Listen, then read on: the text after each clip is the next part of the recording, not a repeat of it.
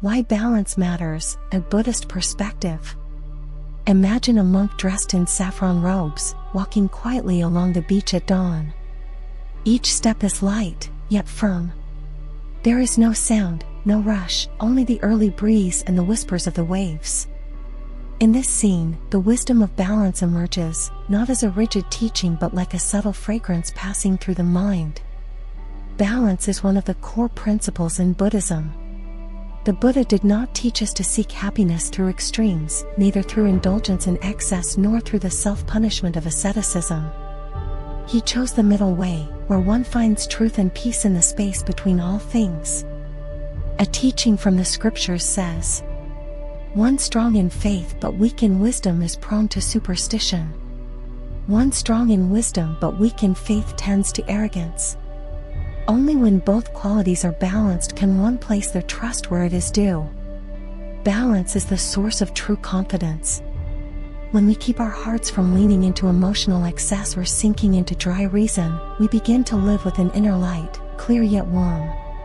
This piece is a journey to explore those opposites: speaking and silence, action and surrender, emotion and wisdom, stillness and engagement, to reveal the profound beauty of a balanced life.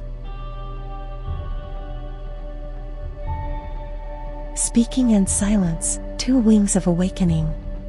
The Buddha taught, when you gather, you have two duties: either engage in Dhamma discussion or observe noble silence. He did not dismiss speech but emphasized that words must have purpose, compassion, and wisdom.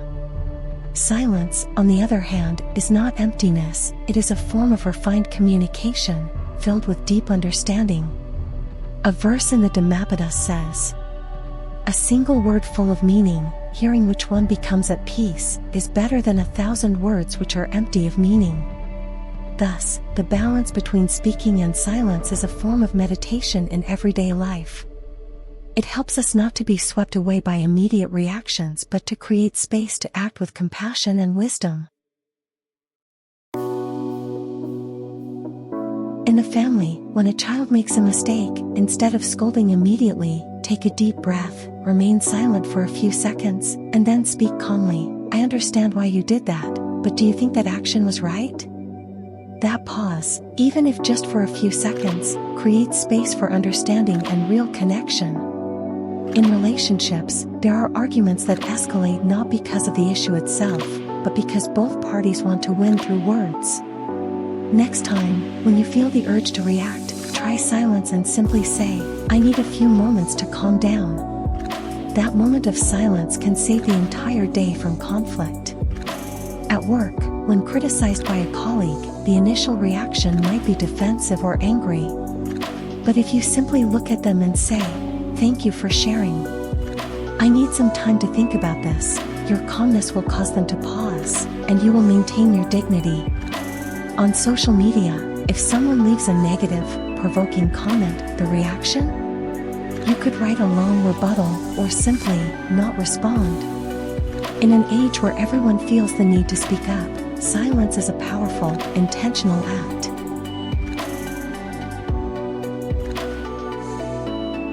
Silence is not avoidance, it's a strong posture. Remember, silence is not passive. Silence is active. It is your choice not to be drawn into negativity. It is giving yourself the time to observe, feel, and then respond instead of reacting. It is the pause between stimuli and action, where wisdom can step in. Many meditation masters compare silence to a mirror. It reflects reality clearly without adding judgment. When you truly listen to others, not interrupting, not assuming, you are offering them a precious gift, your full presence.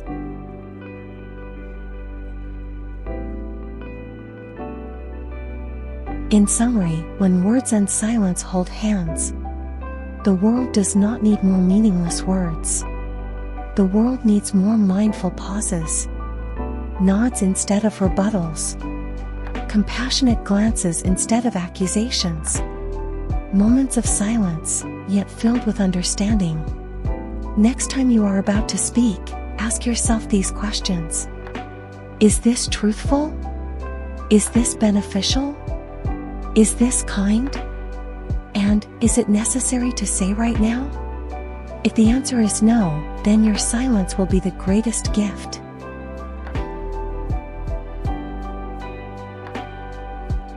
Action and surrender, when giving your best, is also letting go.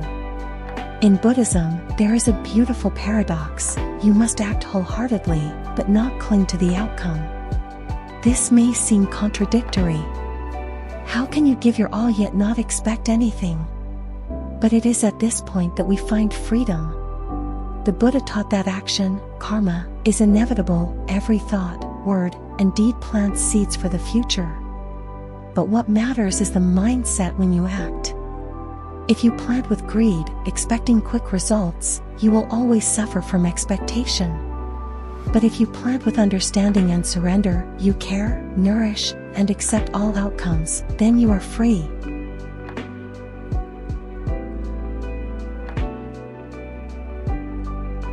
In reality, a mother cares for her child step by step. But when the child grows, the mother learns to let go, allowing the child to stumble, to walk on their own. This is an act of love, but also an art of surrender. You are working on a big project, pouring your heart into it.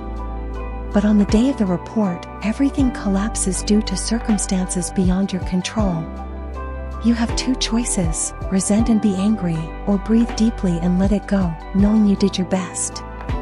In the Majjhima Nikaya, middle-length discourses, the Buddha taught Venerable Sowa, who was so diligent that his feet bled from too much meditation. Sowa, when you play the lute, what happens if the strings are too tight? The sound will be harsh and may break. What if the strings are too loose? The sound will be weak. So, the sound is only good when the strings are just right, correct? Yes, Lord.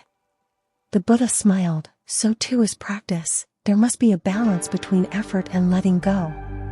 Mindful action is when you labor, love, and contribute, but are not bound by expectation.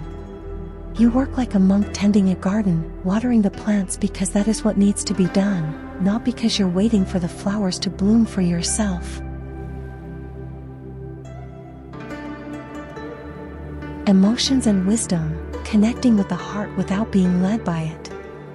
In us, there are always strong emotions: love, anger, jealousy, sadness, joy, despair. Emotions are not wrong, but when they control us completely, we lose our self-mastery. Buddhism does not teach us to eradicate emotions. On the contrary, the Buddha teaches us to observe emotions as a friend who comes to visit, welcoming, talking, but not allowing them to take over the room.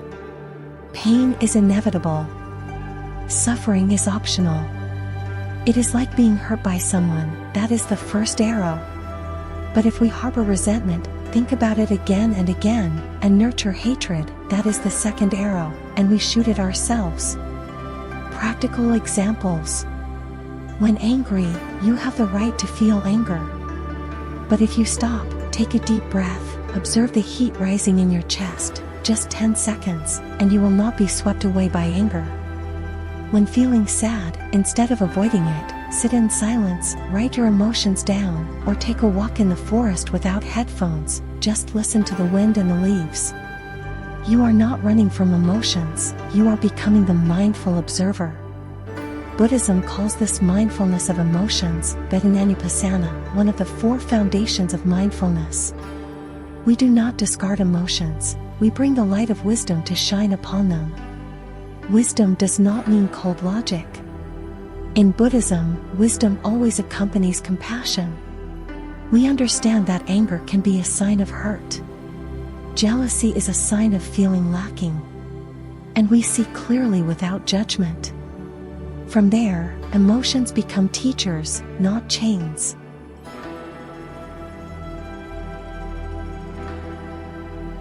Stillness and engagement, living in the world without being swept away. There is a common misconception that living according to Buddhism means withdrawing from the world, retreating into seclusion, and abandoning all social responsibilities. No. The Buddha did not teach us to escape life. He taught us to live in the world while maintaining peace within. Before enlightenment, chop wood, carry water. After enlightenment, chop wood, carry water. But now, every task is done with mindfulness and peace. You don't need to leave this city to find stillness. You need to return to your breath, even if you are in a noisy cafe, a busy office, or amidst a crowded street.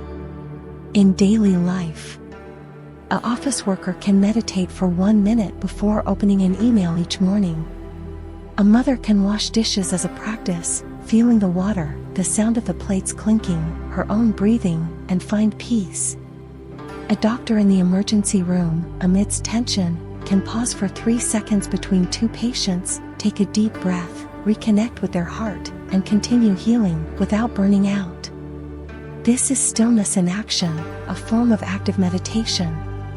You do work, you communicate, you love, but you do not lose yourself in it. You remain yourself, clear and grounded. Buddhism calls this surrender and engagement, doing, but not clinging. Living fully in the world, yet keeping a private sky within. 9. Conclusion. Balance is not 50-50. Balance is knowing when to speak and when to listen, knowing when to act and when to let go, knowing when to live fully and when to step back to preserve peace within. Balance is not a destination, it is a journey. On this journey, some days you may lean into emotion, some days reason pulls you back. Some days you are silent, other days you need to speak. Each adjustment brings you closer to yourself. And if you find these lessons valuable, don't forget to hit the subscribe button and turn on the notification bell so you never miss out on interesting and useful content from Buddha Balance. Let's explore balance in life together every day.